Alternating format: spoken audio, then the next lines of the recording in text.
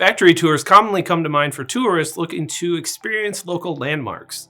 Boeing, Jelly Belly, and Louisville Slugger all offer popular behind-the-scenes outings, but it's doubtful any of them are as popular as what Xiaomi is offering in China. The consumer electronics giant recently broke into the automotive space. It currently offers the SU7 full-size sedan, and it's working on the YU7 midsize. It sold just 135,000 vehicles in 2024, though it expects to more than double that number this year. But its factory tours have already become so popular that Xiaomi had to introduce a lottery.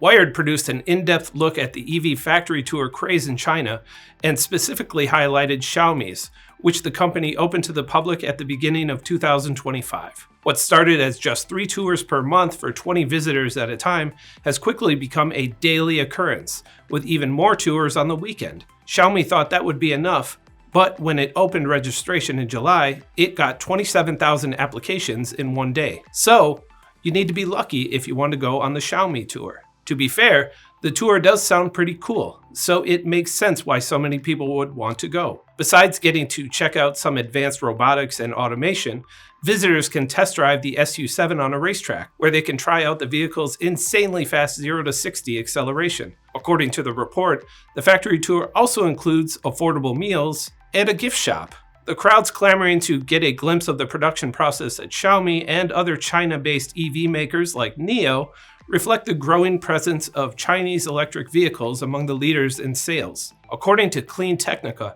the Tesla Model Y is still the best-selling EV in the world as of March 2025, but models from BYD, Wuling, and other China-based manufacturers dominated nearly the entire list.